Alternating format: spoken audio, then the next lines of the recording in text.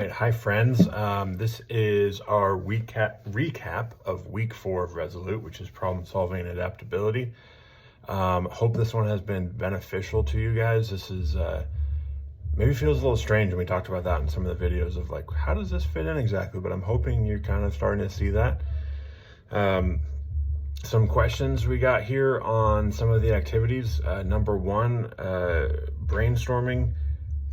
Maybe not so much a question as a comment, but that there was a real like break at 2 or 3 minutes. That extended timeline, I think we got 5 or 10 minutes there, really kind of hits a creative wall.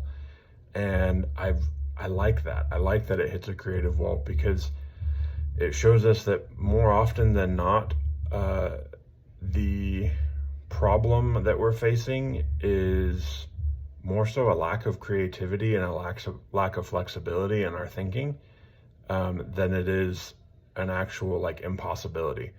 I think that's really helpful to run into that, like, wow, I run out of ideas in like 2 or 3 minutes. I wonder if there's more ways to approach this. I wonder if there's other ways people have done things. I think that's really helpful when it comes to problem solving, that our issue is not so much that we lack solutions, but we lack creativity. And creativity oftentimes is a pretty vulnerable pursuit because we're trying things, and most of the things we try end up not working super well, at least the first rendition of them. So it can be a really vulnerable process to engage in creativity. I think that is really important to our work, that when we're trying to show up authentically, creativity is an essential part of that. Really honest, authentic showing up involves creativity. And so if you guys hit that pain point and we're like, man, I really don't have a lot of space for creativity, or creativity, the demands of creativity make me feel really vulnerable, I think that's a really good spot for you guys to work. And that's been a really good spot for me to work. So I wanted to address that with you guys. Next, in the scenario planning task, I got a lot of feedback and a lot of questions on, is it like normal for me to kind of just gravitate naturally towards the worst case scenario? Is that the easiest one for, that's the easiest one for me to populate? Like, is there something wrong with me? Is that indicative of something?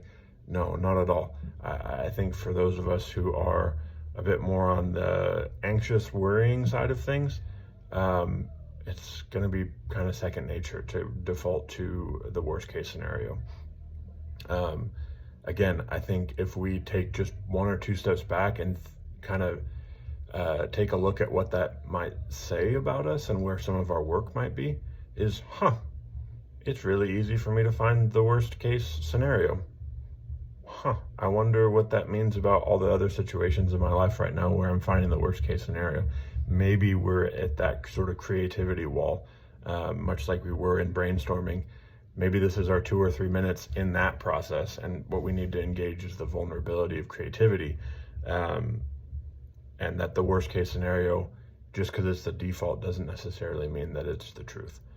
So I think both of these tasks, and all of these tasks for this week, sort of require a little meta thinking, a little zoom back a little bit of, that's a really interesting experience that I just had, that it's easy for me to, run out of creative solutions. It's really easy for me to imagine the worst case scenario, but not even a neutral one. That is really hard, let alone the positive one.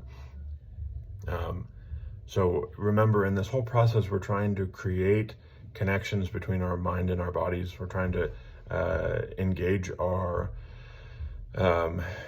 internal resources and strengthen those and give tools for those. And so if we come up around difficult topics, like maybe I really do think about the worst all the time, that isn't meaning that we're doing something wrong or that this is a bad process.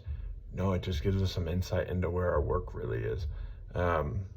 And so if that's been you guys, throw me a line. I'd love to hear more about what that process has been like for you. And if not, and you have other questions, please throw them my way. Remember, this is an ongoing process.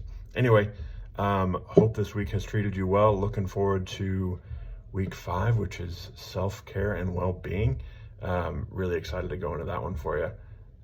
Anyway, tally ho, tally forth, and have a good weekend.